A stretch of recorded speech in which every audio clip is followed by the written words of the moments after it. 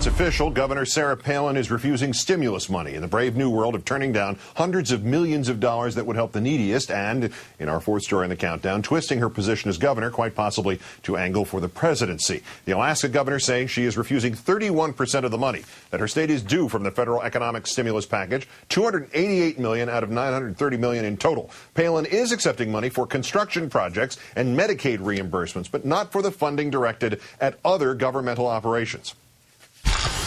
We can't accept the bait. To me, it's a bribe. It's here, take these dollars, but you got to grow your government. The governor said she doesn't want to take money for programs that the state would have to continue when the federal dollars dry up. But Alaska state lawmakers like Les Gara, an Anchorage Democrat, said it was bad governing to refuse to improve schools and reduce unemployment just because that money might not last forever.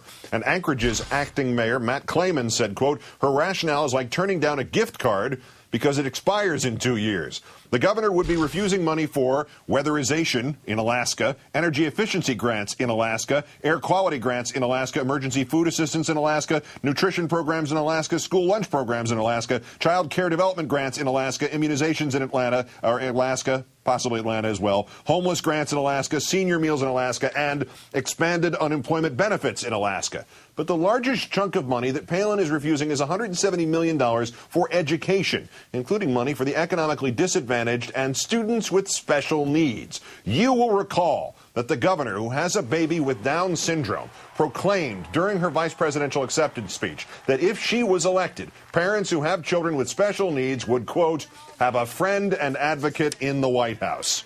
On that note, let's call in the Washington editor of The Nation magazine, Chris Hayes. Good evening, Chris.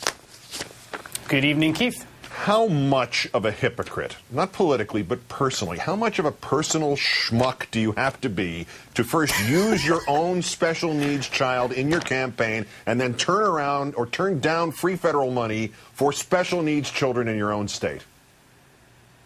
Well, you know, to be honest, I think it's a broader problem than Sarah Palin. I think there's actually a very deep tendency among conservatives to view government programs and government services as only counting when they happen to other people. So all the government services that one takes advantage of, whether it's the deduction on interest on one's mortgage, on the income taxes, or if it's a special education benefits for special needs children, somehow those don't count when they're actually acting in your own personal life. But as soon as someone out there gets a food stamp or a check or the government does something for someone else, suddenly that's an outrage, and that's the foot of big government. I think that hypocrisy is much more common than just Sarah Palin, actually. Yeah, and perhaps she's just saying, to rephrase what you just said, she was intending to be an advocate for her special needs child, and to the rest of them, they can go to hell. Since she's already taking criticism for this within the state, what is the upside for her, unless she is indeed trying to carve out her opposition to President Obama now and perhaps in 2012?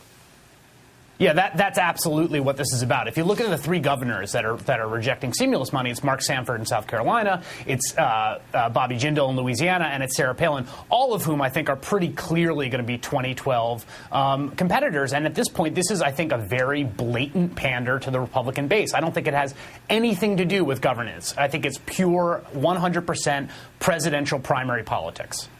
Now, the governor did acknowledge in this sort of spasm of reality-based observation that the state lawmakers there might try to change her decision. Could they try to change her decision in another way other than voting it and then sorting it all out? I mean, is this not a form of willful malfeasance by an elected officer? I mean, you know, they impeach governors, don't they? Well, they do. They recall them sometimes, too, as we've seen. I have no idea what the state constitutional provisions are for recall or impeachment in Alaska, but I do think that she's going to take a serious political hit, and I actually think this is a very high-stakes gamble by all three governors. I mean, in some ways, it's having their cake and eating it, too. You know, they get to be both the sort of virtuous, upstanding reactionary who sticks it to the White House and the big government liberals, and they also get to dole out the services and the construction projects and all the things that make you a very popular local politician. But I do think that if the economy does turn around, if the Democrats and the Obama administration are having seen as being instrumental in that turnaround, retroactively this decision then looks really terrible. And that presidential thing, just without knowing the future, why does she assume it's a net plus? I mean, you rile up your decreasing base, but clearly you're going to alienate the growing middle as long as this does not end up in a depression.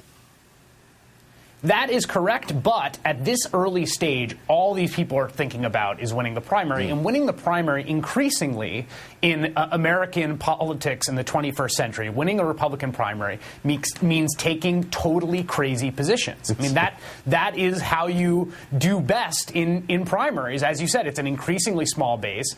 There's a more and more ideological fervor the more the coalition shrinks, and so that's who they're catering to. So when it becomes easier to get the nomination for a third party, when you don't have to pretend that you're nuts, that's when the Republicans slide to third place, I suppose. Chris Hayes of The Nation. Thank you, Chris. Have a good weekend. You too, Keith.